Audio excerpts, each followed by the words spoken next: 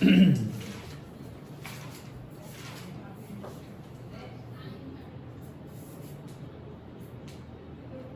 Start करते हैं। Chapter 3 है, वैसे पहले की बुक में ये चैप्टर नंबर 4 है।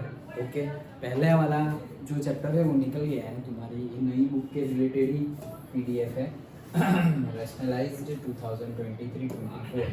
तो हमें चैप्टर देखना है मोशन इन अ प्लेन। इसके पहले का चैप्टर था motion in a straight line. Okay, so जो ऑलरेडी हो गया है, तुम लोगों को उसमें कोई डाउट है? मतलब आता है या थोड़ा, मतलब से यू आर एट 90%, 50% और से जस्ट बिगिनर 10-20%, कैसा है? तो अगर रिवाइज करना हो तो हम वो चैप्टर फिर रिवाइज करें, अदरवाइज मैं ऐसा समझूँ कि उसमें जैसे पहला तो यूनिट्स एंड मेजरमेंट्स और वो है, तो वो भी उसमें भी डाउट हो तो कोई बात नहीं, बट मुझे पता चले कि तुम्हें प्रॉब्लम है या नहीं है, तो फिर मैं वो लेवल के क्वेश्चन, अभी तो हम एनसीईआरटी ही डिस्कस करेंगे, लेकिन एनसीईआरटी के बाद जो हम डिस्कस करें तो मैं वो लेवल के क्वेश्चन लूँ कि मुझे पता चले कि अच्छा यहाँ हम रीच हो गए हैं, इतना हमने नॉलेज गेन कर लिया है, तो ये क्वेश्चन लेने लायक है। अदरवाइज मैं एकदम टफ क्वेश्चन उठा के ले लूँ, हम डिस्कस करें, वो न्यूमेरिकल तुम्हें समझ में भी आ जाए, बट उसके जैसा दूसरा होगा तो शायद तुम सॉल्व ना कर पाओ। क्यों? क्योंकि अभी वो लेवल नहीं आया है। तो लेवल कब आएगा? धीरे धीरे हम सारे बहुत ज़्यादा प्रैक्टिस से लेवल आ जाएगा। सो इसीलिए मैं पूछ रहा हूँ कि कितना है, मतलब आता है या डिस्कस करने की ज़रूरत है? 50-50 जैसा है। ओके ठीक है, चलो कोई बात नहीं। तो जो जो उसका यूज आता जाएगा वो हम अभी डिस्कस करते जाएंगे। सो मोशन इन अ प्लेन, आज हमें जो डिस्कस करना है, मैंने तुम्हारे लिए मतलब जो डिस्कस करना है, क्लास नोट्स क्या हमें डिस्कस करना है वो बनाया ही है। तो सबसे पहले तो हमें बात करनी है मोशन इन अ प्लेन में, सबसे पहले बात करनी है scalar quantity and vectors. Okay, scalars and vectors class 8th में 9th में हमने ऑलरेडी डिस्कस किया हुआ है, फिर भी अगेन हम डिस्कस करते हैं क्योंकि वहां पे जो डिस्कस किया था उससे थोड़ा आगे बढ़ना है अब हमें।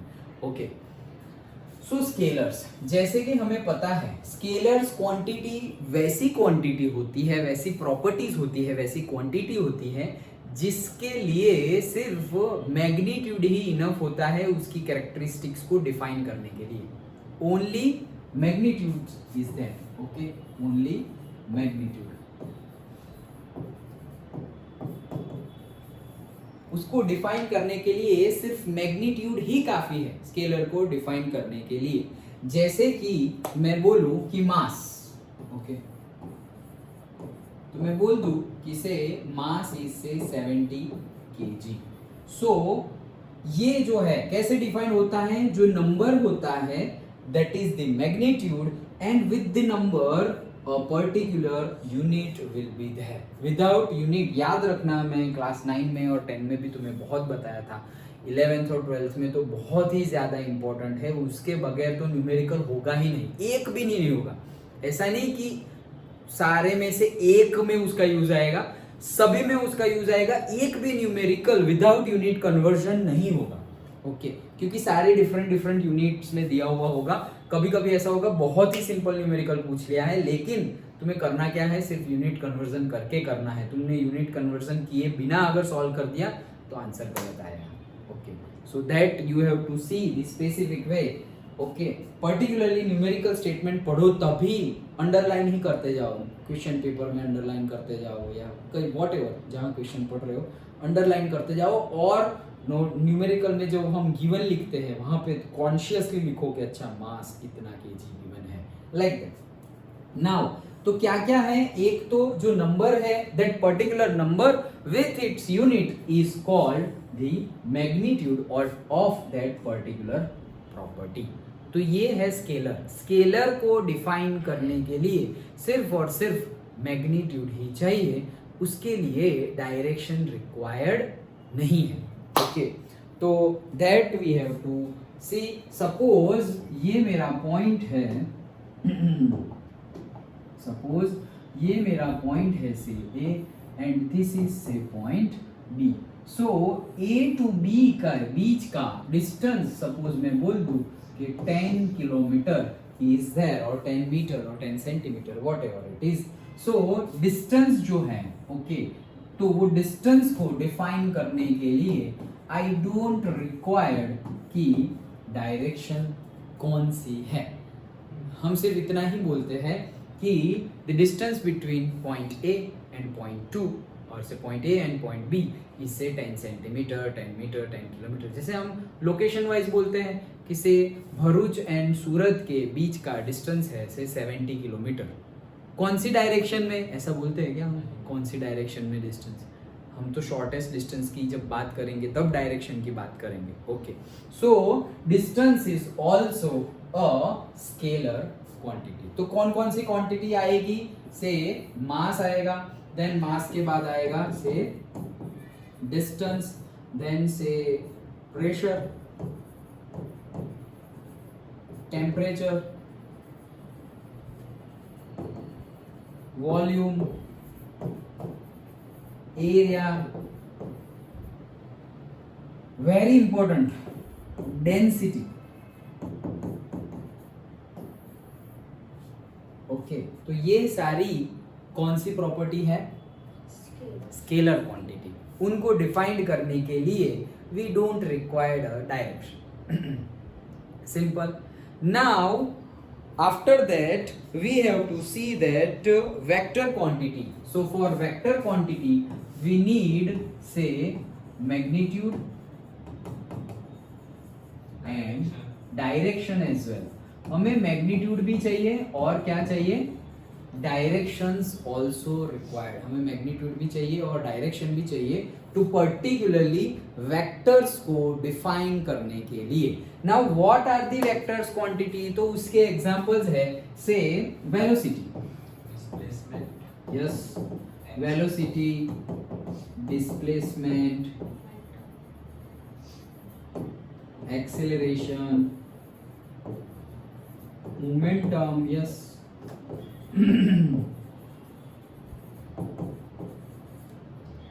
से फोर्स।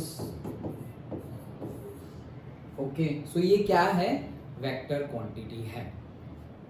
स्केलर क्वांटिटी को डिनोट करने के लिए हम उसकी value that is number and उसका यूनिट लिखते हैं।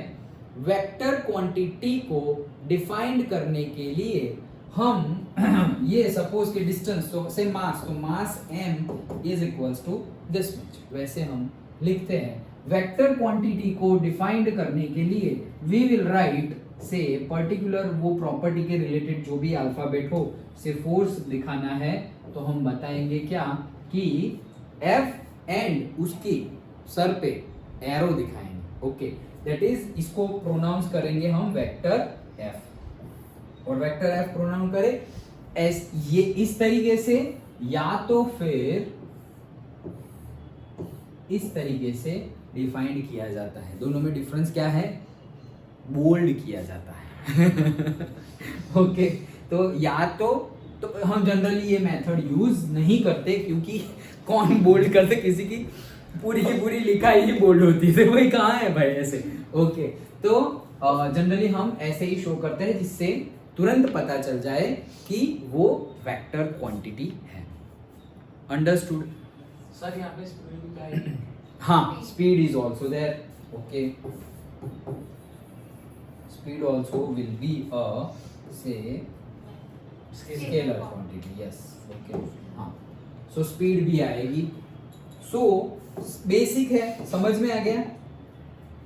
ओके नाउ आगे जो हमें देखना है दैट इज हाँ यहाँ पर हमने ये तो देख लिया। अब जब हम स्केलर में तो ज्यादा कुछ और देखना नहीं है, जो देखना है वो चलो देख लेते हैं पहले, उसके बाद दूसरी बात करते हैं। तो स्केलर में अगर दूसरी बात करें हम, तो स्केलर में जब एडिशन करते हैं हम, कोई भी प्रोसेस करते हैं, से मैंने ले लिया है 2 and 5। ओके तो ये दो मैग्नीट्यूड है, वैल्यू है, इसका देखो बहुत छोटी छोटी बातें हैं, हमें लगेगा अरे हाँ एक सिंपल है, सही है, इजी है, सिंपल है। बट जब बड़े बड़े न्यूमेरिकल करने की बात आती है तब ये सिंपल चीजें हमें अलग से न्यूमेरिकल के जैसे नहीं गिननी है, वो बड़े न्यूमेरिकल के अंदर फटाफट फटाफट उसी के अंदर आ जाएगी, वो सब ध्यान में रहना चाहिए। है इजी, मतलब देखो कितना बेसिक से स्टार्ट कर रहे हैं कि यूनिट्स एंड मेजरमेंट से तुम्हारा क्लास 11 फिजिक्स स्टार्ट किया कि भाई सारे यूनिट्स पता होने चाहिए, भाई तुम्हें सब कुछ पता होना चाहिए कि एटलीस्ट टेम्परेचर और प्रेशर में, लेंथ में, ओके, टेम्परेचर का यूनिट सारे, जैसे कि तुम्हें सेल्सियस में से केल्विन में, केल्विन में से सेल्सियस में, और से फ़ारेनहाइट में कन्वर्ट करना आना चाहिए, कन्वर्ट करना आना चाहिए, कहीं से भी केल्विन में कन्वर्ट करना आना चाहिए, क्योंकि केल्विन ऐसा यूनिट है, ओके। तो कहीं से भी सेल्सियस में गिवन हो तो भी और फ़ारेनहाइट में गिवन हो तो भी केल्विन में कन्वर्ट करना आना चाहिए। वैसे ही प्रेशर है, तो प्रेशर के भी बहुत सारे यूनिट है, ओके। जैसे कि क्या है बताओ, तुम्हें कौन से याद है प्रेशर का यूनिट? 9-10 के बेस पे भी जो याद हो तो प्रेशर का यूनिट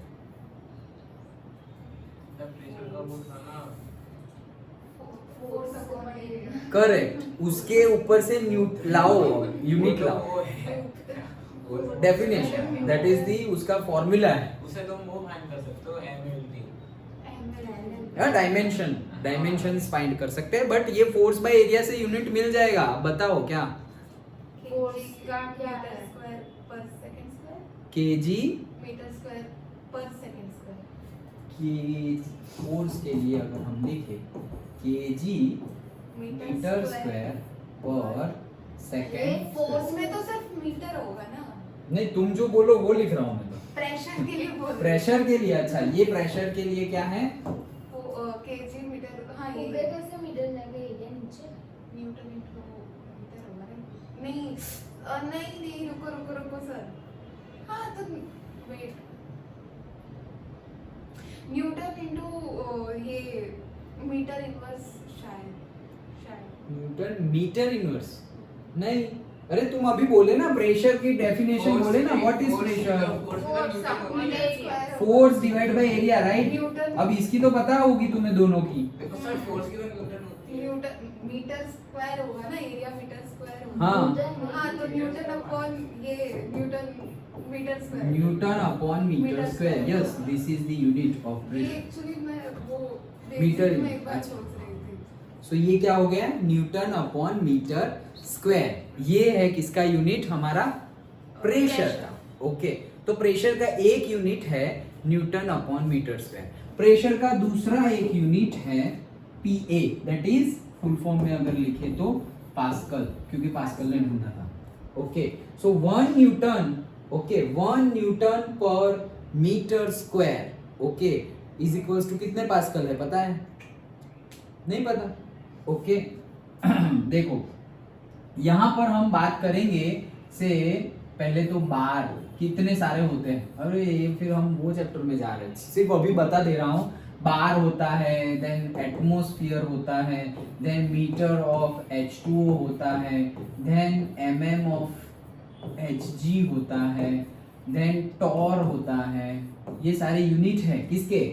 एक ही के, प्रेशर के, ये सारे यूनिट प्रेशर के हैं। अभी जैसे एटमॉस्फेयर का प्रेशर, अभी हम ये रूम में एटमॉस्फेयर एयर का प्रेशर कितना है, तो हम बोलेंगे 1 kg पर सेंटीमीटर स्क्वायर, ऐसा बोलेंगे। और तुम बोल सकते हो 1 बार, और तुम बोल सकते हो 1 एटमॉस्फेयर, और से 10.33 मीटर ऑफ H2O। तो ये सारे हम वो जब आएगा तो हम वापस जाएंगे डिटेल में, नहीं तो अभी हम ये छोड़ के वो करने बैठ जाएंगे, ओके।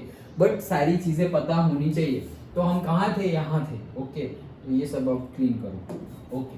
तो मेरे पास दो नंबर है से 2 and 5, तो 2 and 5 का अगर मुझे, ये मैग्नीट्यूड है, ओके। देखो ये हम बात, मैं क्यों वहां गया, क्योंकि तुम्हें बेसिक से पता चले वही चीज हम के फिजिक्स। देखो स्टार्ट कहाँ से हो रहा है, यूनिट्स एंड मेजरमेंट्स, एकदम बेसिक यूनिट से स्टार्ट किया है, क्योंकि वो आएगा तभी पूरा 11-12 आएगा, इसीलिए उसको पहले रखा है। देन स्टार्ट किया तो एकदम से स्ट्रेट लाइन मोशन आया, ओके। अब हम प्लेन पढ़ रहे हैं, उसके बाद न्यूटन्स लॉ ऑफ मोशन सारे आएंगे, लेकिन पहले तो सिर्फ स्ट्रेट लाइन में 1D, only 1D, one direction में मूव कर रहे हो, घोड़े जैसे से एक ही डायरेक्शन में चलते रहो, like that, okay. One direction में मूव कर रहे हो 1D। देन प्लेन, तो प्लेन मतलब क्या, 2D होता है हमेशा। प्लेन जैसे ये पेज है, तो पेज क्या है, ये 2D हो गया ना, ये x एक्सिस और ये y एक्सिस, ये बोर्ड हमारा, तो ये कौन सा है, 2D है, x और y। ओके, तो वैसे ही सपोज से 3D, फिर हम 3D में भी जाएंगे, थोड़ा बहुत जाएंगे आगे, इतना ज्यादा सिलेबस में नहीं है, बट 3D में भी जाएंगे। ओके बट ज्यादा हमारा सिलेबस में क्या है, 2D ज्यादा। 1D एंड 2D दोनों पढ़ना है। NLM जो है हमारा, Newton's law of motion, generally NLM बोला जाता है, ना बोलो तो भी चलेगा, पूरा बोलना पड़ेगा, न्यूटन्स लॉ ऑफ मोशन। तो जो NLM है जनरली दोनों में ही पूछा जाता है, 1D में भी और 2D में भी। ओके, बेसिकली फिजिक्स जो है, जैसे मैंने बताया था, फिजिक्स में है reference books and all. Okay, but उससे भी पहले, जैसे केमिस्ट्री में तो तुम्हें वही चीज पढ़नी है, NCERT ही पढ़नी है।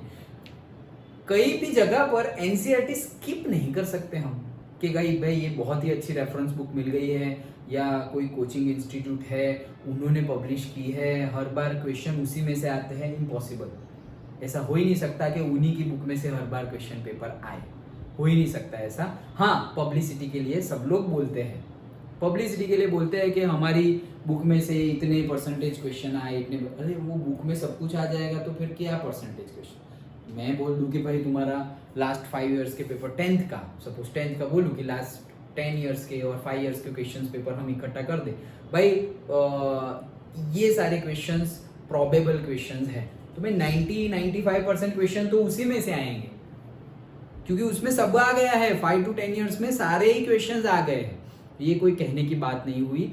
तो ऐसी जो लुभावनी एडवर्टाइजमेंट होगी, ओके, जो तुम्हें अट्रैक्ट करेगी कि ये बुक परचेस कर ले, ये बुक परचेस कर ले, जिससे अच्छा हो जाएगा, ये हो जाएगा, वो हो जाएगा, वहां अट्रैक्टेड मत हो जाना। कोई बुक लोगे तो उससे कोई नुकसान तो नहीं होने वाला है, बट फिर तुम्हारे पास उतना टाइम, उतना पहले, सबसे पहली बात टाइम, और तुम्हारा विल होना चाहिए कि हम ये करेंगे। वो विल कब आएगा, ये पहले हो जाए तब। NCERT पहले आना चाहिए। ऐसा ना हो कि तुम रेफरेंस बुक सॉल्व कर रहे हो, तुम RD शर्मा सॉल्व करना चाहते हो और तुम्हें NCERT के न्यूमेरिकल नहीं आ रहे, मतलब मैथ्स की बात कर रहा हूँ। तो वैसे ही तुम यहाँ पर मतलब कुछ भी HC वर्मा ले आओ, कोई भी बड़ी बड़ी बुक्स ले आओ, उसके न्यूमेरिकल तुम सॉल्व करना चाहो, 1-2 न्यूमेरिकल सॉल्व भी करो और कॉन्फिडेंट हो जाओ, और NCERT का क्वेश्चन अगर पूछे और तुम्हें ना आए, तो वो कोई काम का ही नहीं है, कोई काम का नहीं है। ओके, क्योंकि बेसिक जो तुम्हारा है, नहीं तो वो वहां से ही यहाँ दे देते ना। ऐसा थोड़ी है कि जो NCERT जिसने लिखी हुई है उनको पता नहीं है कि मार्केट में कौन कौन सी बुक्स अवेलेबल है। सारी बुक्स में देखो, फिजिक्स किसी के लिए चेंज है क्या? न्यूटन्स लॉ ऑफ मोशन क्या कोई रेफरेंस बुक में जो ऑथर ने लिखी है उनके लिए न्यूटन्स लॉ ऑफ मोशन अलग नहीं है? कंसेप्ट सब जगह सेम रहेगा, न्यूमेरिकल को पूछने के तरीके बदल जाएंगे, मतलब तुम उसको अलग अलग नेम्स दे सकते हो। और कंट्री वाइज भी बुक्स आती है, कंट्री वाइज मतलब पर्टिकुलरली हम जो पढ़ रहे हैं ना NCERT, वो जो एकदम स्टैंडर्ड लेवल का जो नॉलेज है उसको हमारे स्टूडेंट, इंडियन स्टूडेंट अच्छे से गेन कर पाए, समझ पाए, उसके अकॉर्डिंगली उसको ब्लेंड करके मॉडिफाई किया गया है। अगर यही कंटेंट तुम ओरिजिनल कंटेंट पढ़ो, वो सारी कंट्रीज का मिक्स होता है कि पर्टिकुलरली NML सपोज ये कंट्री के साइंटिस्ट ने अच्छा सा कंसेप्ट दिया है, ये ऑथर ने दिया है, तो सबका मिला के एक स्टैंडर्ड बन गया, सबका मिलाकर।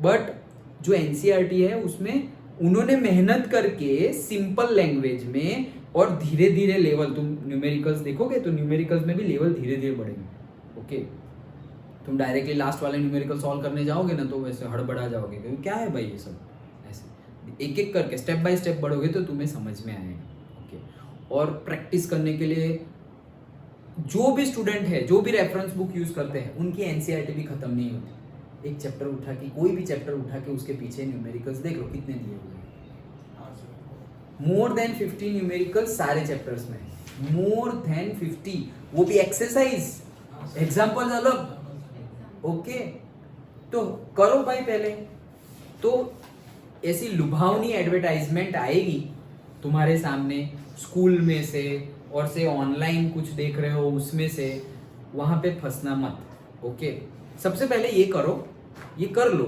एटलीस्ट एनसीईआरटी, तुम्हें कॉन्फिडेंट आ जाएगा अरे सर कुछ भी तो एनसीईआरटी में से आता है मुझे, तो वेल वेरी गुड।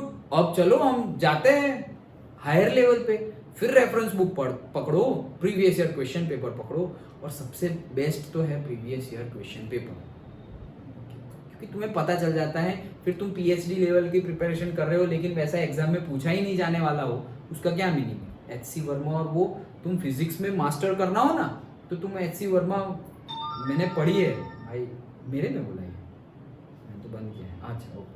तो एचसी वर्मा बेस्ट बुक जैसे मैंने देखी है, पढ़ी है, ओके पूरी नहीं पढ़ी है, जितनी भी पढ़ी है मुझे अच्छी लगी है, ओके, बट बहुत ज्यादा कंसेप्चुअल है, तुम्हें मास्टर बनना हो पर्टिकुलरली तो वो पढ़नी ही पड़ेगी। बट उस मास्टर कब बनते हैं, पहले इनिशियल लेवल बिगिनर लेवल हो जाए, मॉडरेशन लेवल हो जाए, ओके, तुम फिर आगे जाके मास्टर लेवल पे आओगे ना, पहले से मास्टर लेवल पे कैसे, ओके।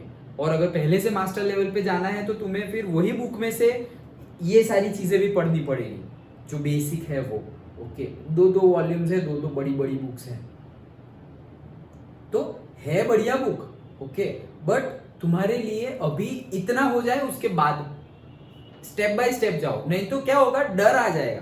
डर नहीं आना चाहिए, हमें मजे से पढ़ना है।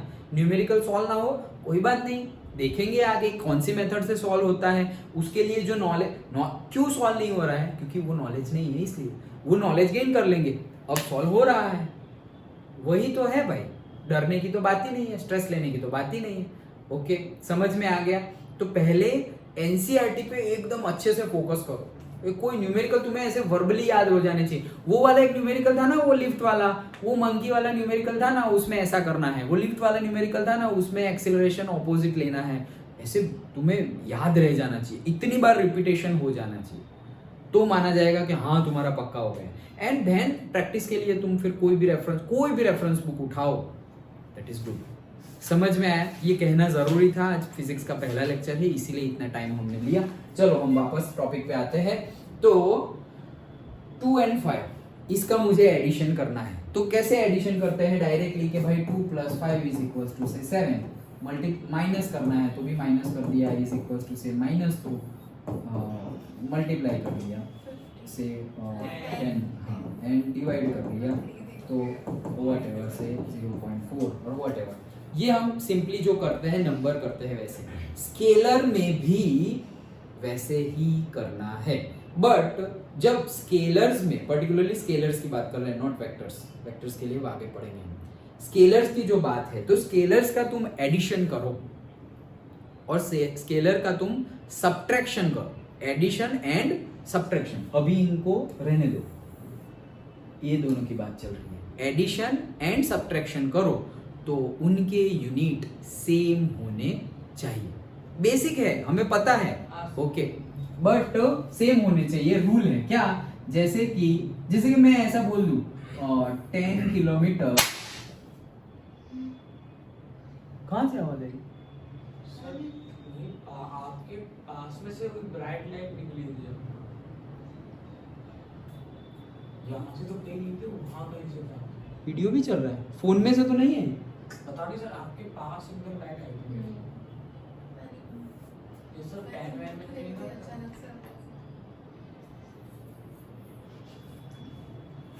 अरे एक बार चेक कर लो,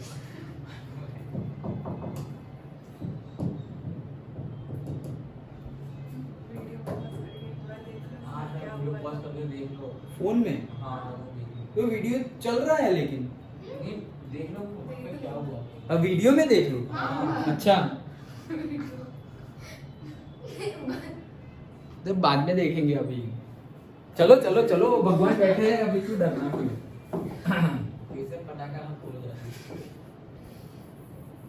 लेकिन वैसे थोड़ा किसी से नहीं हम चारों के अलावा हाँ चलो, सो 10 किलोमीटर माइनस, यही कहीं से तो आवाज नहीं आई थी, चलो जो भी हो, हर महादेव। सो 10 किलोमीटर -1 डिग्री सेल्सियस कर सकते हैं क्या ये, नहीं कर सकते, नहीं कर सकते। क्यों भाई, ये लेंथ है, ये टेम्परेचर है, कैसे एडिशन कर सकते हैं? डन। तो हम एडिशन और सब्ट्रैक्शन, भले ही स्केलर हो, ये स्केलर है, ये भी स्केलर है, डिस्टेंस, और ये है टेम्परेचर, दोनों ही स्केलर है, लेकिन स्केलर स्केलर का एडिशन एंड सब्ट्रैक्शन तुम डायरेक्ट कर सकते नहीं हो, एक्सेप्ट दे शुड बी, मतलब कर सकते हो कब? When they are in same units. या तो किलोमीटर या फिर मीटर में होता। हाँ, तो कर सकते हैं। ओके, कि से 10 किलोमीटर है और उसमें मैंने सिर्फ 20 किलोमीटर ऐड करना है, तो कर सकते हैं। से 30 किलोमीटर्स और से 10 किलोमीटर्स माइनस 5 किलोमीटर्स, तो हम लिख सकते हैं। मैं तो ऐसे लिखती हूँ, ऐसे हो गया था। Okay, so that is 5 kilometre. Okay, metre तो भी आवश्यक कन्वर्ट करने का। हाँ, हाँ। मीटर हो तो भी हाँ, मीटर हो तो डायरेक्टली वैसे नहीं, यूनिट कन्वर्जन करके करना पड़ेगा। 5 किलोमीटर प्लस 100 मीटर, तो डायरेक्टली मत कर देना कि 105 किलोमीटर इंटू मीटर, ऐसे कुछ मत लिख देना, तो गलत हो जाएगा। ओके, तो वैसा कुछ डायरेक्टली होगा नहीं। 5 किलोमीटर नंबर ऐड कर दिया और इन लोगों का भी ऐसे यहाँ प्लस कर दिया, ओ भाई। तो ऐसा करना नहीं है। ओके, तो क्या करना पड़ेगा? पहले सेम यूनिट में लाना पड़ेगा। किलोमीटर में मीटर में कनेक्ट कर दो। हाँ, पॉइंट में नहीं रहेगा। यस। तो सपोज ये 5 है तो 5000 मीटर कर दो, प्लस 100 मीटर। 5000 हो गया, 500। 5000 के पास है। हाँ, ओके, यूनिट कन्वर्जन तो आते हैं ना सर। चलो, तो वो कितना हो जाएगा? 5100 मीटर और से 5.1 किलोमीटर। डन। अब यही चीज में ये बात तो सही है, उसमें कोई शंका नहीं है हम लोगों को, बट सिर्फ प्लस माइनस में ये रूल है, मल्टीप्लाई और डिवाइड हो सकता है। कैसे? जैसे कि डेंसिटी। सो डेंसिटी का फॉर्मूला क्या है, याद है? मास पर यूनिट वॉल्यूम।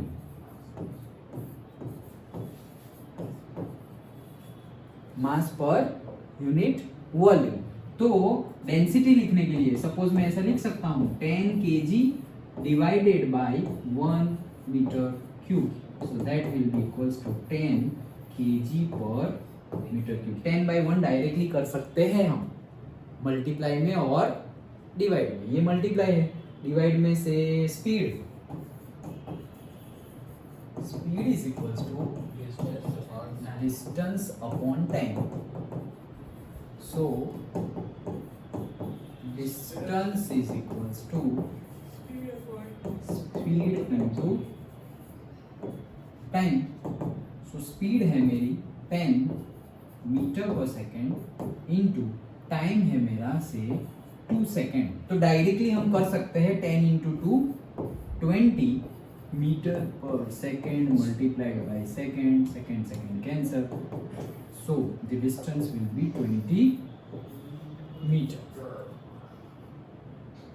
ओके, तो हम एडिशन और सब्ट्रैक्शन के लिए we should have the same unit. Okay, but say multiplication and division we can do whatever units are there. Understood? समझ में आ गया पक्का? ओके, तो ये बात हमने देखी। आगे हमें क्या देखना है? आगे ये सब हमने देख लिया है ना। अब आते हैं हम वेक्टर पे।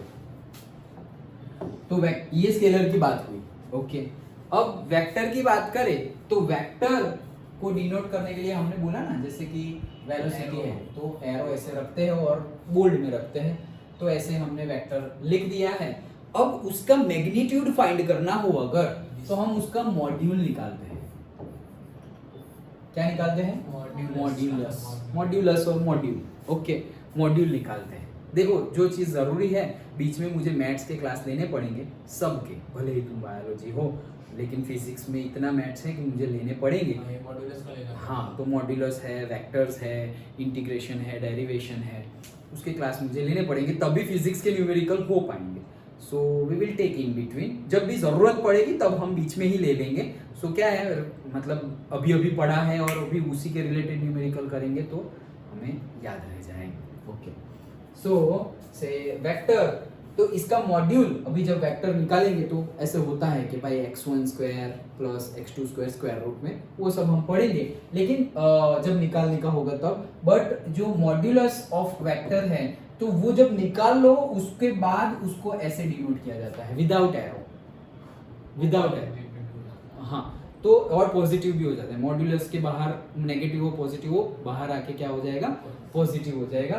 तो now this is what magnitude of velocity in which direction is not necessary. Magnitude of, इसको ऐसा सिर्फ ये लिखा हुआ हो तो हम तो बोलेंगे वेलोसिटी, वेलोसिटी जो वेक्टर क्वांटिटी है तो इसकी डायरेक्शन भी होनी चाहिए, मतलब ये गलत लिखा है। नहीं, गलत नहीं लिखा है। अगर ऐसे बोले तो उनका मीनिंग कहने का क्या है कि वेलोसिटी है पर्टिकुलर ये डायरेक्शन में, ऐसा उनका कहने का मीनिंग है कि ये डायरेक्शन में इतने मैग्नीट्यूड की वेलोसिटी है। ओके, बट अगर ऐसा दिया हुआ है तो उनके कहने का मीनिंग क्या है कि जो वेलोसिटी है उनका मैग्नीट्यूड ये है, कौन सी डायरेक्शन वो नहीं पता। हाँ, वो हमें फाइंड करने को बोल देंगे कि वो फाइंड करो, नहीं तो ये डायरेक्टली बोल देंगे कि वेक्टर ये है मेरा।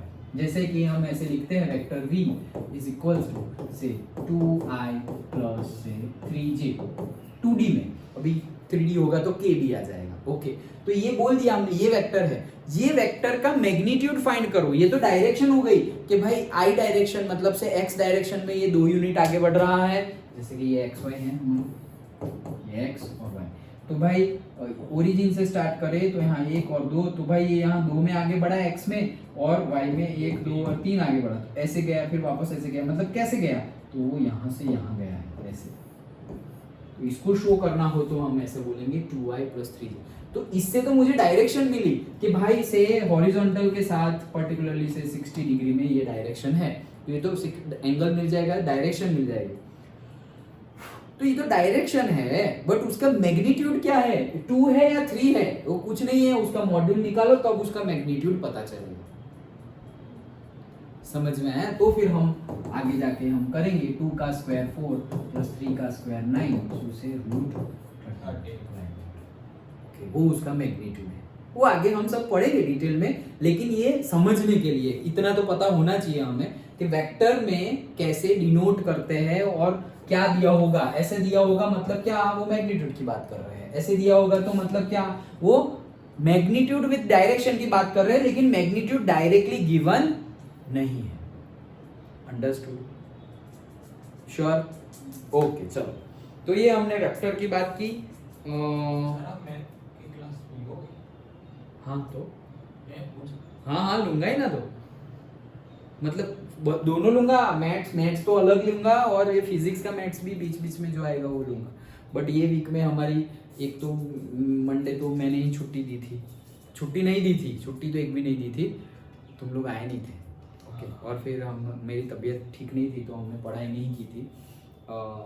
सो एक दिन वहाँ गया, देन 3 दिन हमने केमिस्ट्री में दिए हैं, आज चौथा है, तो चौथा कैसे है, आज तो सैटरडे हो गया है।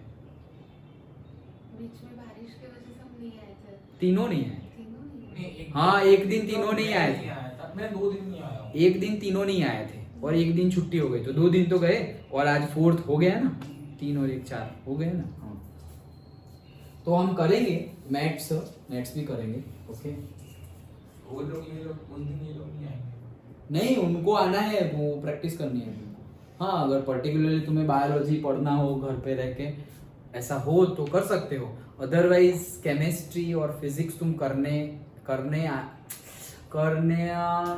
लिए आना चाहते हो तो तुम आ सकते हो।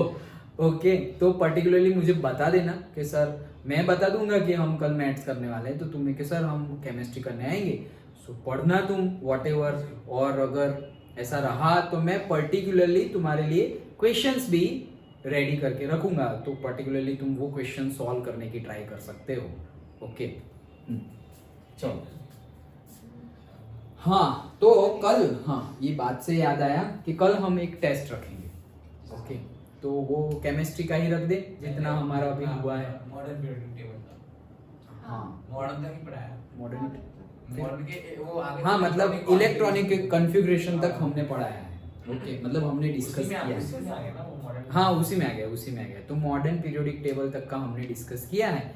सो उसी के बेस पे कोई कोई एमसीक्यू या व्हाटएवर जो भी छोटे छोटे क्वेश्चंस बन सके वो मैं पेपर निकाल दूंगा। तो तुम आज वो पढ़ लेना, कल उसका टेस्ट देना।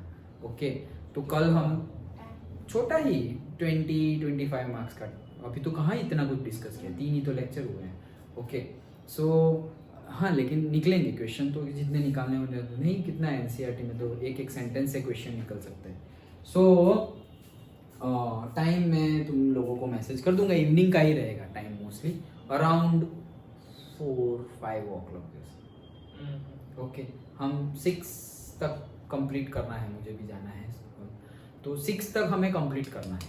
ओके तो 4 o'clock या 4:30 जैसा रखेंगे, जितना वो और उसके बाद जो भी थोड़ी बहुत पढ़ाई हो जाए तो पढ़ाई भी कंटिन्यू कर लेंगे। ओके हाँ चलो सो दोनों ज़रूरी है। अब याद रखना कि ये अगर ऐसा दिया हुआ है विदाउट एरो तो वो मैग्नीट्यूड है, उसमें डायरेक्शन इंक्लूडेड नहीं है। ओके चलो नेक्स्ट अभी हमें देखने हैं position and displacement vectors. Okay तो अभी हमें क्या देखना है, position and displacement vector.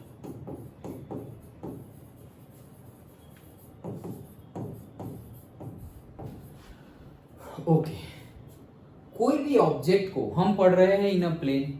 Okay motion in a plane, straight direct, straight में तो पता ही है हम एक्स डायरेक्शन तो सीधा एक्स में ही मूव करता है, आगे पीछे कहीं भी जाने के चांसेस ही नहीं है। हम प्लेन पढ़ रहे हैं मतलब 2 डायरेक्शनल होता है, से दिस इज से Y and this is say x.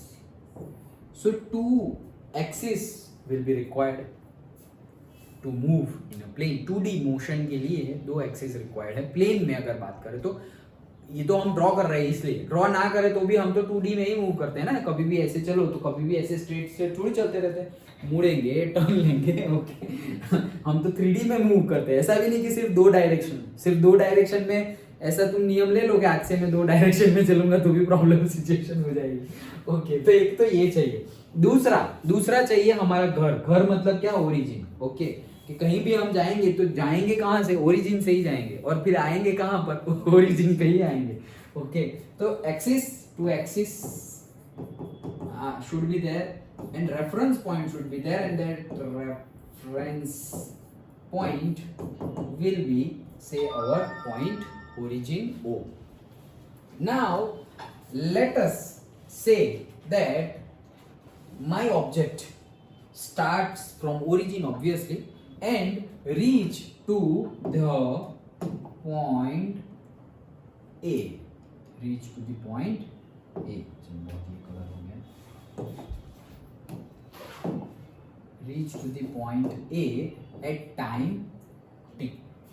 Time t हुआ particular whatever 1 second 2 second 5 second 1 घंटा 2 घंटा व्हाटएवर टाइम t हुआ तो ओरिजिन पे से मेरा पॉइंट कहां पहुंच गया है, A पर। डन। इसको अगर हम मतलब O से A पे चला गया तो O से A पे चला गया मतलब मूव कहां से कहां हुआ है, O से लेकर के A तक मूव हुआ है। तो हम क्या बोलेंगे कि ये जो OA वेक्टर है इसको हम क्या बोलेंगे, OA वेक्टर। जो नाम है जहां से स्टार्ट किया वहां से स्टार्ट करो, जहां पे उसका एरो आया वहां पे उसका एरो, OA। तो ये OA वेक्टर है। ये OA वेक्टर ही पोजीशन वेक्टर है। क्यों? क्योंकि घर पे थे, घर से हम बाहर गए, कहां पहुंच गए, सूरत पहुंच गए, तो सूरत A है।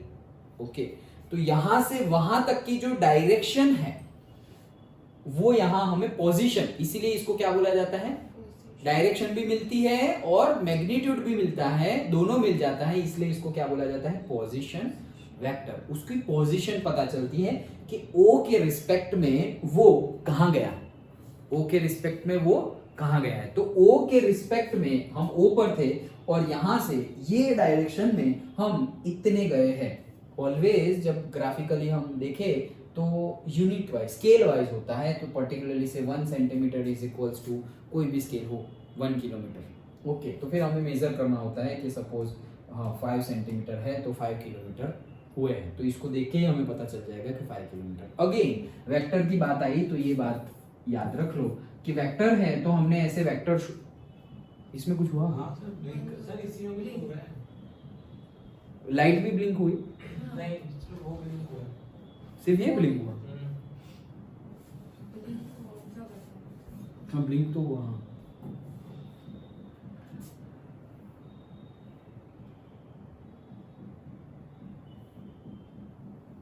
मैं बता सर आप ही के पास वो हटा दो। अभी तो नया है यार। ओके कुछ नहीं हुआ चलो। सो ये वेक्टर है, ये वेक्टर है। अब डायरेक्शन कोई भी ऑब्जेक्ट की है तो यहां से ये डायरेक्शन में जा रहा है। अगर तुम्हें दिखा नहीं हो तो यहां से अगर ओरिजिन है तो ये है नॉर्थ, ये है ईस्ट, ये है वेस्ट और ये है साउथ, तो ये नॉर्थ ईस्ट डायरेक्शन में जा रहा है पर्टिकुलरली इन दिस लेंथ। अगर डायरेक्शन वैसे दिखानी हो तो नॉर्थ ईस्ट वाइज ऐसे भी आएगी न्यूमेरिकल जिसमें ऐसे डायरेक्शन दिखाई हुई होगी। ओके सो ये डायरेक्शन है। अब ये जो लेंथ है दैट शोज इट्स मैग्नीट्यूड। ऐसे ही नहीं कोई छोटा कोई बड़ा ऐसे ड्रॉ कर दो, नहीं, वो मैग्नीट्यूड है कि मतलब कोई एक वेक्टर है वेलोसिटी वेक्टर v जिसकी वैल्यू है से मतलब मैग्नीट्यूड तुमने निकाल लिया है उसका, वो है से 50 मीटर पर सेकेंड, मैग्नीट्यूड निकाल लिया है। और दूसरा है v1, उसका भी मैग्नीट्यूड निकाल लिया है और वो है कितना 100 मीटर पर सेकेंड। ओके अब दोनों को अगर तुम्हें ग्राफिकली शो करना हो तो जो 100 वाला है ऑब्वियसली बड़ा होगा और 50 वाला है ऑब्वियसली क्या होगा, छोटा। क्यों? क्योंकि वो तो दिखाई दे रहा है मैग्नीट्यूड से, but at the same time graphically भी तुम्हें वैसे ही ड्रॉ करना है कि भाई ये जो बड़ा है वो 100 का है, तो फिर मैं v1 अगर ड्रॉ करूं तो 50 मतलब उसका आधा, तो ये हो गया 50 like that. So the length of the arrow of the vector shows its magnitude. The length of the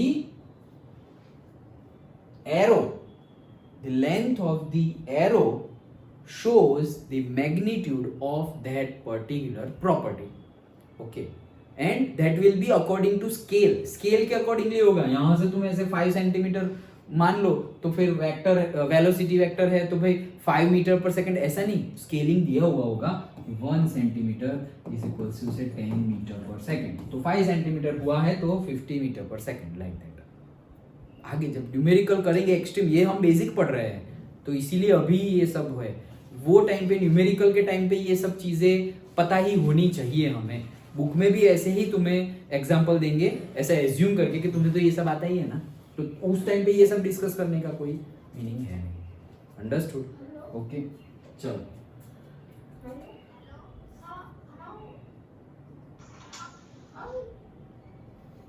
तुम्हारे ही फोन में बोला था।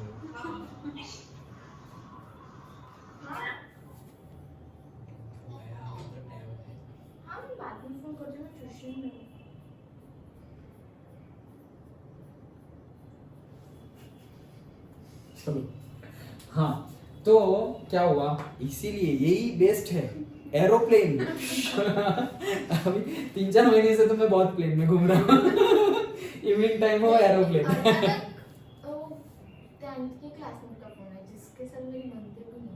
अच्छा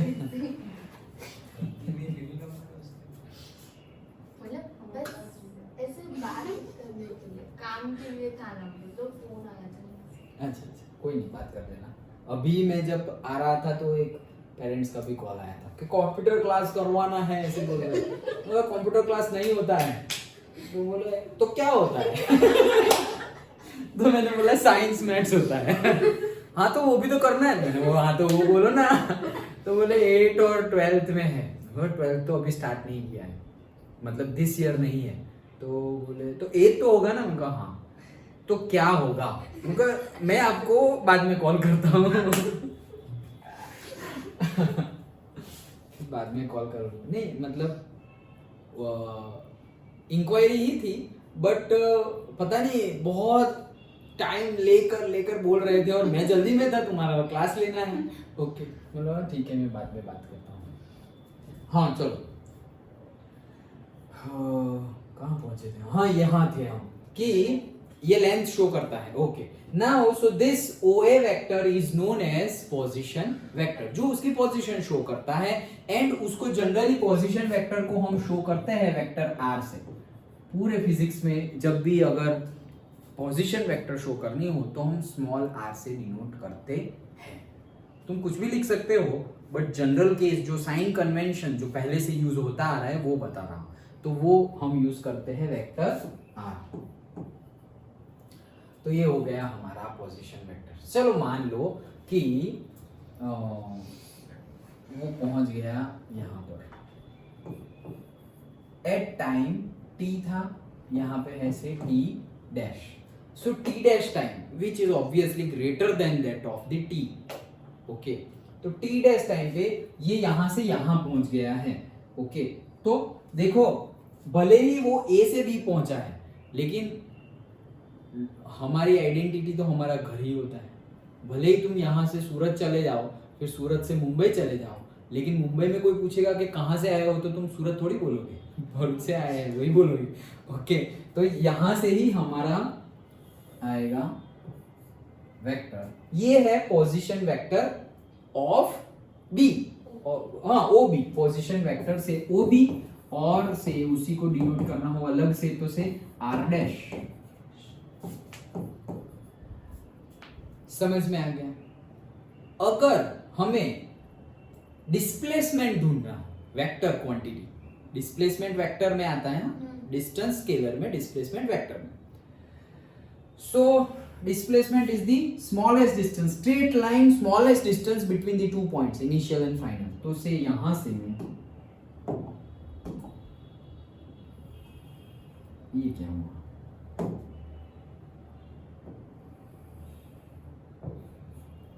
ये बना दिया मैंने। ओके, तो ये जो वेक्टर है वो मेरा क्या है, displacement vector AB। But sir initial point तो ओरिजिन से होना चाहिए ना। हाँ, इनिशियल पॉइंट ओरिजिन से ही होगा, वो बात तो सही है, लेकिन डिस्प्लेसमेंट कितना हुआ वो फाइंड करने के लिए पोजीशन वेक्टर AB नहीं, पोजीशन वेक्टर AB नहीं, सिर्फ तुम्हें डिस्प्लेसमेंट दिखाना हो तो हम ऐसा दिखा सकते हैं कि डिस्प्लेसमेंट वेक्टर जो AB है वो ऐसे है। ओके, समझ में आया? Displacement vector, not position vector. Displacement vector AB दिखाना हो तो वो कैसे है, ऐसे शो कर सकते हैं। अंडरस्टूड? ओके, देन अब और हाँ, तो दूसरी अगर बात करें तो डिस्प्लेसमेंट वेक्टर की बात हम कर रहे थे, तो यहाँ पर देखते हैं जैसे कि ये है हमारा x, ये है y, ये है मेरा पॉइंट A और ये है मेरा पॉइंट B।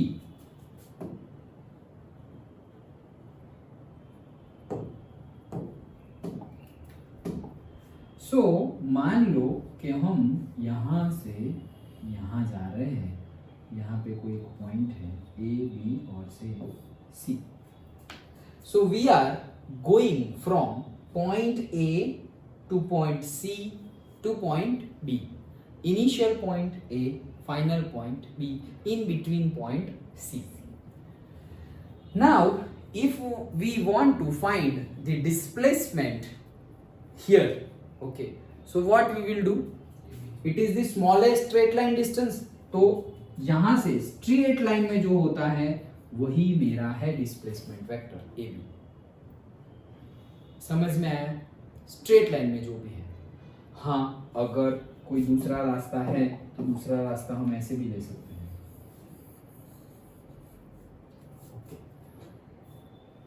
तो भी अगर डिस्प्लेसमेंट की बात करें तो क्या आएगा, A to B। So that is why ऐसा एक सेंटेंस याद रख लेना कि the magnitude of the displacement does not depend on the path followed। जो डिस्प्लेसमेंट का मैग्नीट्यूड है तुम्हारी बुक में गिवन ही है, आई थिंक क्या गिवन ही है। सो जो मैग्नीट्यूड है डिस्प्लेसमेंट का, that is independent of the path followed. This magnitude of the displacement is either less or equal to, नहीं ये तो दूसरी चीज है, हाँ तो ये भी अभी बता रहा हूँ, लेकिन ये वाला समझो, ओके, कि यहाँ से यहाँ ये शॉर्टेस्ट डिस्टेंस है, ओके, से P B C E F जहाँ कहाँ घूम घूम के आए, लेकिन अगर मुझे P to Q का अगर डिस्प्लेसमेंट फाइंड करना है तो वो शॉर्टेस्ट डिस्टेंस होगा।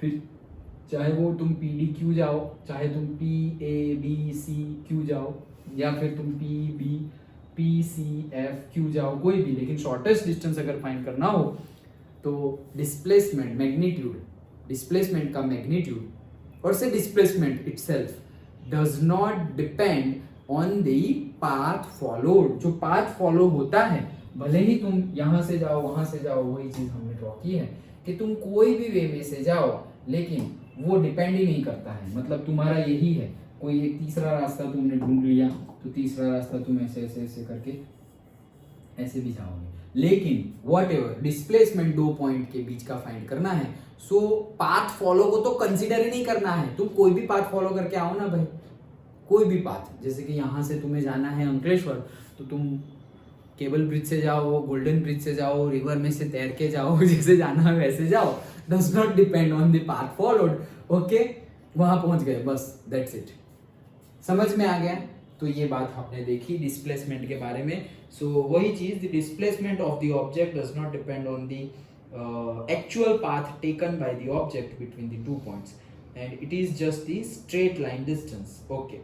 now वो चीज जो अभी हमने पढ़ी कि magnitude of the displacement is either less और उसके जितना equal, okay, उससे ज्यादा नहीं होगा, मतलब उसका जो path है, okay, ये sentence, the magnitude of the displacement is either less, कम होगा, और equal to the path length of an object between the 2 points, मतलब जो लेंथ ऑफ द ऑब्जेक्ट है, मतलब जो वेक्टर हमारा बना उनके बीच की, जो मैंने बताया ना कि ऐसे ही वेक्टर ड्रॉ नहीं करना है, उसका मैग्नीट्यूड है, तो तुम्हारा जो मैग्नीट्यूड बना वो सपोज 10 सेंटीमीटर की लाइन बनी, तो वो जो 10 सेंटीमीटर है वो मैग्नीट्यूड, मतलब वो लाइन तुम्हारा मैग्नीट्यूड, डिस्प्लेसमेंट का मैग्नीट्यूड क्या होगा, तो भाई ये 2 पॉइंट के बीच का शॉर्टेस्ट डिस्टेंस है 10 सेंटीमीटर, तो वो या डिस्प्लेसमेंट तुम्हारा 10 सेंटीमीटर होगा या 10 सेंटीमीटर से कम होगा, बट ज्यादा तो हो ही नहीं सकता। सिंपल है, डिस्प्लेसमेंट शॉर्टेस्ट डिस्टेंस है तो ज्यादा कैसे होगा भाई, understood, okay. So that we have to understand. तो ये बात हो गई position and displacement vector. Now next, equality of the vectors. तो इक्वालिटी ऑफ द वेक्टर्स की बात करते हैं। Now equality of the vector say मेरे पास है, ये क्यों है, मेरे पास है से वेक्टर ए एंड मेरे पास है वेक्टर बी, दो वेक्टर है। अब ये दोनों ही वेक्टर इक्वल कब कहे जाएंगे, तो एकदम सिंपल, जब उनका magnitude and direction both same हो।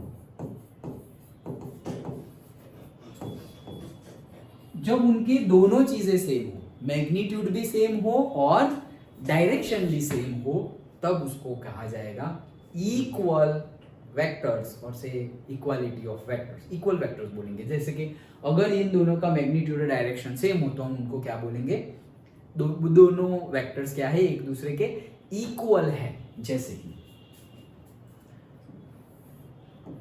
ये है मेरा वेक्टर ए,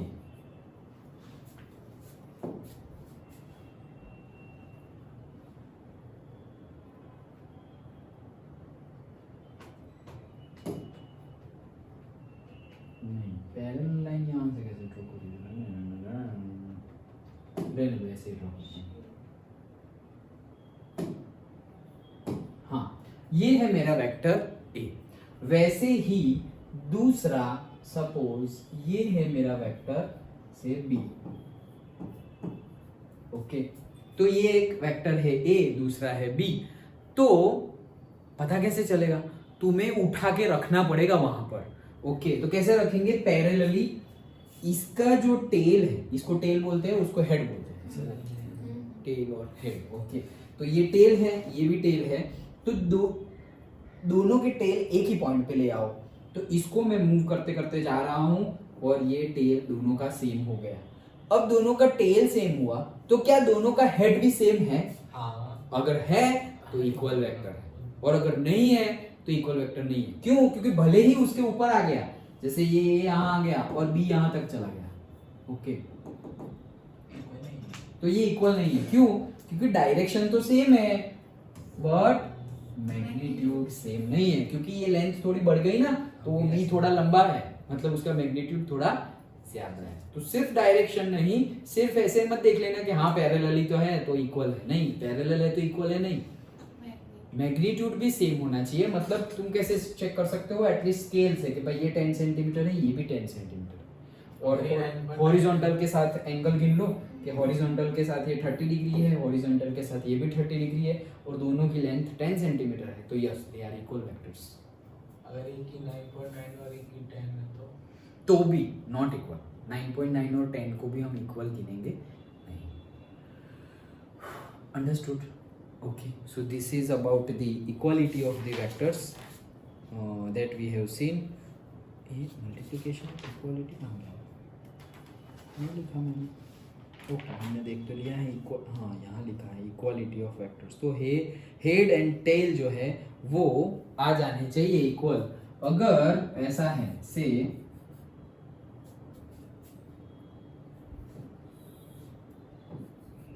ये है से 1 सेंटीमीटर और ये भी है 1 centimetre, are they equal vectors? तो डायरेक्शन चेंज है ना। डायरेक्शन चेंज है क्या? हाँ सर। यस, जितना ये बना रही है हॉरिजॉन्टल के साथ उतना ही ये भी बना रही है हॉरिजॉन्टल के साथ, तो डायरेक्शन ऑपोजिट ही कहा जाएगा, भले ही दिखाई सेम दे रहा हो। ओके, मतलब ये डायरेक्शन है तो ये डायरेक्शन में तो ईस्ट में भी जा सकते हैं और वेस्ट में भी जा सकते हैं, लाइक दैट। तो ये दोनों इक्वल नहीं है। अब से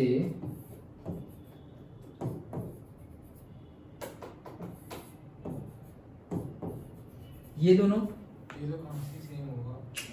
नहीं होंगे, भले ही मैग्नीट्यूड सेम है लेकिन डायरेक्शन सेम होगी नहीं। उठा के देख लो, यहाँ से उठा के यहाँ रख लो तो भाई हेड टेल तो आ गया, हेड आया नहीं। अंडरस्टूड? तो ये है equality of the vectors. Now we have to see the multiplication of the vectors by real numbers. Okay, तो वेक्टर का मल्टीप्लिकेशन हमें देखना है बाय रियल नंबर से। ले लो कोई भी रियल नंबर से lambda, lambda is any real number which is से ग्रेटर देन 0। कोई भी रियल नंबर है जो ग्रेटर देन 0 है। अब उसका मल्टीप्लिकेशन करना है, मतलब इसको तुम ऐसे भी बोल सकते हो multiplication of vector by a scalar. Okay, क्योंकि नंबर तो क्या है, सारे स्केलर ही है, तो तुम ऐसे भी बोल सकते हो बाय अ स्केलर। तो जैसे कि कोई वेक्टर है मेरा v, ओके, अब v वेक्टर को लैम्बडा से मैं मल्टीप्लाई करूं तो डायरेक्टली जो मल्टीप्लाई करते हैं वैसे ही करना है। जैसे कि मेरी लैम्बडा की वैल्यू कोई भी हो सकती है, से ग्रेटर देन 0 से 2, तो मेरा वैल्यू क्या हो जाएगा, से 2v। ओके, तो पूरा का पूरा मेरा वेक्टर ही चेंज हो जाएगा, पूरा वेक्टर ही चेंज हो जाएगा। ओके, जैसे कि यहाँ पे मेरा v था 2i प्लस 3j, तो ये क्या हो जाएगा, डबल ही हो जाएगा। ओके, तो 4i प्लस 6j, पूरा चेंज ही हो गया। ओके, और अगर इसका मैं मैग्नीट्यूड निकालूं तो देखो, अगर मैं से ये v है उसका मॉड्यूलस ले लूं, दैट इज इक्वल्स टू ये जो हमारा लैम्बडा इनटू ए बी है वो निकाल, that will be equals to lambda into say v, ऐसा ही होगा। देखो क्या लिखा हुआ है, ये v है, अब v के बाहर ये तो उसके जैसा ही हो जाएगा, मतलब आफ्टर मल्टीप्लाइंग, यहाँ आफ्टर मल्टीप्लाइंग विद लैम्बडा, तो लैम्बडा से मल्टीप्लाई करूंगा तो जो v है उसके साथ मैंने लैम्बडा, क्योंकि स्केलर से मल्टीप्लाई करना है तो वो मल्टीप्लाई कर लिया, उसके बाद उसका मॉड्यूल निकाला। ओके, उसकी जो वैल्यू आएगी वही सेम वैल्यू होगी किसकी, डायरेक्टली जो इसका मैग्नीट्यूड निकाला है उसके साथ डायरेक्टली लैम्बडा से मल्टीप्लाई करो ये, तो this two are the same. मतलब कि तुम्हारे पास पहले v था, उसको तुमने लैम्बडा v किया, अब v का जो मैग्नीट्यूड होगा और लैम्बडा v का जो मैग्नीट्यूड होगा, वो ये जो v का मैग्नीट्यूड है उसको लैम्बडा से मल्टीप्लाई करे उसके जितना ही होगा। समझ में आया या फिर से बताओ? क्या पहले मेरे पास क्या था v, उसको मुझे कोई स्केलर से मल्टीप्लाई करना है, तो मैंने स्केलर से मल्टीप्लाई कर लिया, कोई लैम्बडा है, इसको मान लो लैम्बडा 2, 5, 10 कोई भी नंबर ले लो, सो लैम्बडा से मल्टीप्लाई कर लिया। अब ये जो मल्टीप्लाई किया तो ये तो एक नया, ये वेक्टर और ये वेक्टर तो दोनों डिफरेंट वेक्टर हो गए ना, जैसे कि ये वेक्टर और वो कहाँ गया, ये वेक्टर, दोनों डिफरेंट वेक्टर हो गए, तो वो तो अलग ही वेक्टर ही अलग हो गए हैं। नाउ अगर हम मैग्नीट्यूड निकालें तो ये जो नया वेक्टर है उसका मॉड्यूलस निकाल के तुम उसकी वैल्यू निकालो, तो ये रहा, उसकी जो वैल्यू आएगी वही वैल्यू आएगी किसकी, जो पहले का तुम्हारा वेक्टर है उसका मैग्नीट्यूड, और वो मैग्नीट्यूड के साथ डायरेक्टली तुम वो जो स्केलर है, यहाँ पे सपोज 2 था तो यहाँ भी उसको डायरेक्टली 2 से मल्टीप्लाई कर लो, तो यही आंसर आएगा। समझ में आया? पक्का? Sure? So this is about the multiplication of a vector. से मल्टीप्लिकेशन ऑफ वेक्टर में हम ये भी कर सकते हैं कि ये मेरा वेक्टर है मल्टीप्लाइड बाय -1, ओके, तो -1 से मल्टीप्लाई करूं तो कितना हो जाएगा, से माइनस, डन। -1 से मल्टीप्लाई करूं तो क्या हो जाएगा, माइनस है, मतलब कि अगर मेरा ए ये डायरेक्शन में है तो मेरा ये डायरेक्शन में है तो मेरा माइनस ए ये डायरेक्शन में होगा, लेकिन अगर मेरे पास पहले ए था तो उसका ये मैग्नीट्यूड है, मॉड्यूलस मतलब उसका मैग्नीट्यूड, तो अगर मैंने ये -1 इंटू -1 इंटू ए किया है तो ये जो मेरा आया है उसका मैग्नीट्यूड में निकालू, क्या होगा, माइनस मॉड्यूलस में तो कुछ नहीं, ए ही आएगा। तो देखो अब क्या हुआ, मैग्नीट्यूड वैसे का वैसा ही रहा है, सिर्फ डायरेक्शन चेंज हो गई, मतलब ये जो मैग्नीट्यूड था वैसे का वैसा ही रहा, लेकिन जो नेगेटिव साइन थी उसने मैग्नीट्यूड पे कोई इफेक्ट नहीं डाला, मैग्नीट्यूड तो जैसा था वैसा ही है, लेंथ उसकी जितनी थी उतनी ही है, लेकिन डायरेक्शन क्या हो गई है, चेंज हो गई। अंडरस्टूड? ओके। और कुछ भी हो सकता है, रियल नंबर मतलब तुम कुछ भी लिख सकते हो, 1.5 भी लिख सकते हो, तो 1.5 लेकर उसके साथ मल्टीप्लाई कर लो। रियल नंबर में तो सब कुछ ही आ गया ना भाई, इरेशनल ये वो सब कुछ जो हम 8, 9, 10 से पढ़ते आ रहे हैं। अंडरस्टूड? तो ये हो गया हमारा multiplication of vectors by real numbers. Now जो हमारे नेक्स्ट है method, okay, that is important, जैसे हमने वेक्टर पढ़ा, जैसे हमने स्केलर पढ़ा, जैसे हमने वेक्टर पढ़ा, अब जैसे हमने स्केलर में किया था एडिशन, सब्ट्रैक्शन, मल्टीप्लिकेशन, डिवीजन, वैसे ही हमें अभी वेक्टर में करना है। ओके चलो, सो स्टार्ट करते हैं हम से ट्राइंगल लॉ ऑफ, और ट्राइंगल लॉ बोलो और ट्राइंगल मेथड बोलो ऑफ वेक्टर एडिशन। ओके, सो से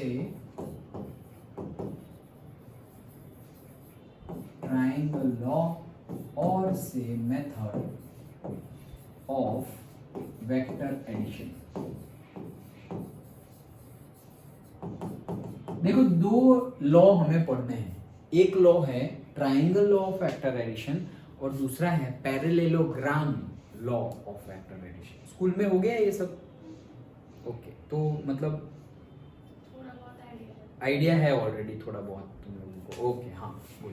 सो ट्राइंगल लॉ, वेक्टर एडिशन, अब उसके देखो हम इस तरह से डिस्कस करेंगे कि फिर न्यूमेरिकल जब डिस्कस करें तो वापस हमें थियरी डिस्कस करने की जरूरत ना पड़े, फिर से नहीं, हम वैसे ही डिस्कस करेंगे कि फिर न्यूमेरिकल एक बार करने बैठे तो धड़ धड़ धड़ धड़ धड़ न्यूमेरिकल करते ही जा रहे हैं, तो हम अभी वैसे ही डिस्कस करेंगे, तो भले ही टाइम लगे। सो ट्राइंगल लॉ और मेथड ऑफ वेक्टर एडिशन, और दूसरा हमें देखना है parallelogram law of vector addition. तो उसको कैसे करेंगे? तो triangle law of vector addition में कैसे करेंगे? सपोज ये मेरा है वेक्टर ए, वैसे ही से मेरा ये वेक्टर है से बी, और मुझे क्या करना है, ए प्लस बी, ये करना है। ओके, क्या करेंगे?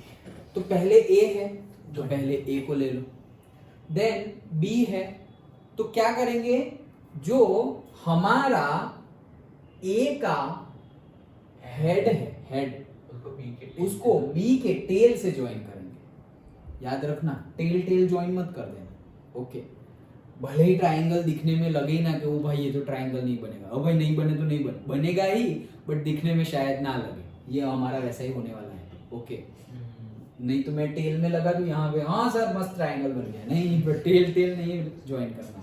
सो पहला जो है हमारा वेक्टर, उसके हेड वो जहां खत्म होता है वहां से ही वो दूसरा शुरू होना चाहिए, दैट इज इसका टेल।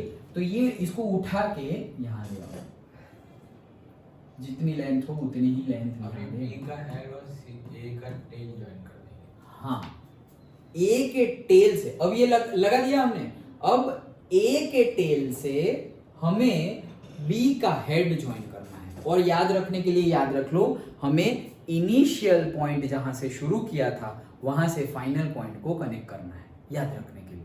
तो हमने शुरू ए से, ए के टेल से किया था, कोई डायरेक्टली हेड पे तो जाएगा नहीं, टेल से ही हेड पे जाएगा।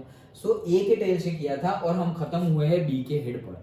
तो हमारा कनेक्शन जो बनेगा, ये हमारा दोनों का कनेक्शन बना। अब देखो ये ट्रायंगल बन गया, ओके। इसीलिए इसको ट्रायंगल लॉ और मेथड बोलते हैं।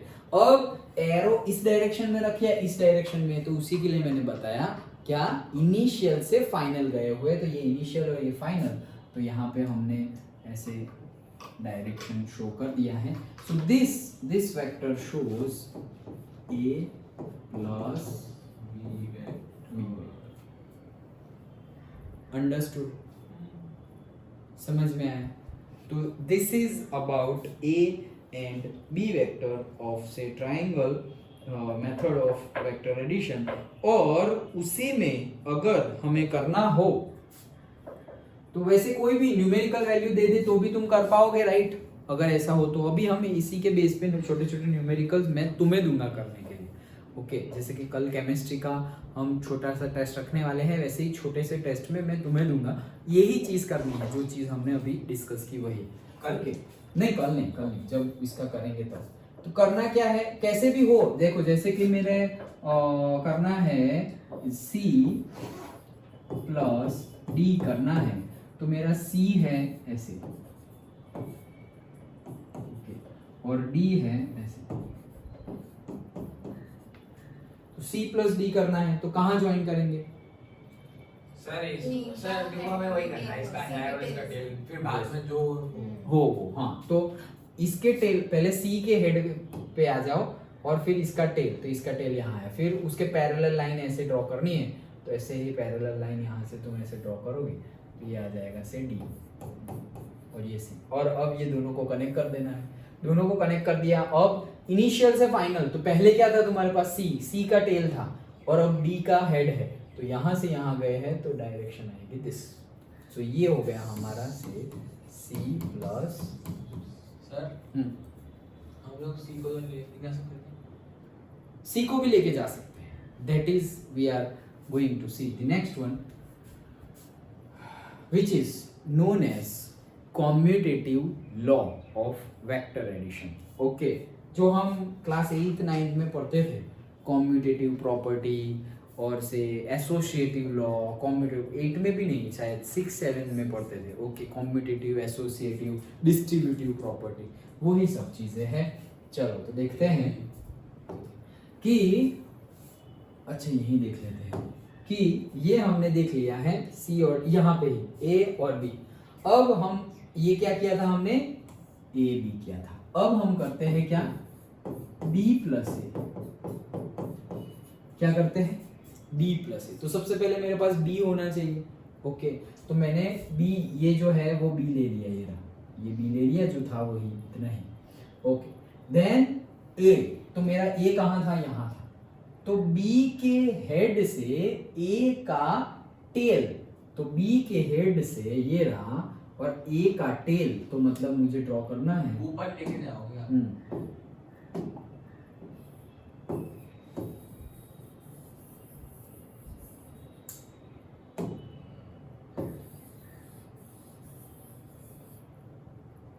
हाँ। सो अब यहां से मुझे ऐसे ड्रॉ करना है। डन, यही था, ये बी है और ये ए है, देखो ऐसा ही था। डन, अब वापस दोनों को कनेक्ट कर दो, तो ये दोनों को मैंने कनेक्ट कर दिया बन जाएगा बी प्लस और यहाँ पे डायरेक्शन कौन सी, अगेन वही इनिशियल से फाइनल, तो इनिशियल यहाँ से स्टार्ट किया, फाइनल वहां पर है, तो हमारा ये बनेगा ये। Now this is what, this is B plus A. Now you can check, ये ए प्लस बी है, उतनी ही लेंथ का, देखो पैरेलली उतनी ही लेंथ का बी प्लस ए है।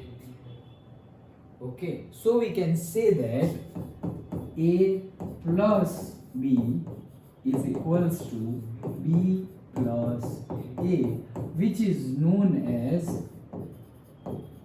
commutative law of vector addition। Commutative law मतलब कि आगे पीछे करे तो कोई फर्क पड़ रहा नहीं है, तुम 2 + 1 करो या 1 + 2 करो, आगे पीछे करोगे तो कोई फर्क पड़ेगा नहीं। एडिशन में सब्ट्रैक्शन करोगे तो फर्क पड़ेगा। Okay, addition, so commutative law of vector addition मतलब कि तुम अगर एडिशन ही कर रहे हो तो फिर कोई भी वेक्टर पहले लो, कोई भी वेक्टर बाद में लो, चलेगा, आंसर तुम्हारा जो आएगा वो सेम ही रहने वाला है। अंडरस्टूड, समझ में आ गए? पक्का? ओके, चलो। अब हमें एक देखना था एसोसिएटिव, एक ही देखना था, चलो इसको कल रखते हैं। ओके, एसोसिएटिव लॉ एक आज डिस्कस करना था, टाइम ज़्यादा हो गया है, कोई नहीं, कल देखेंगे, बट हाँ कल तो टेस्ट है ही। ओके, लेकिन डे टू डे, रुको पहले ये बंद कर दूँ।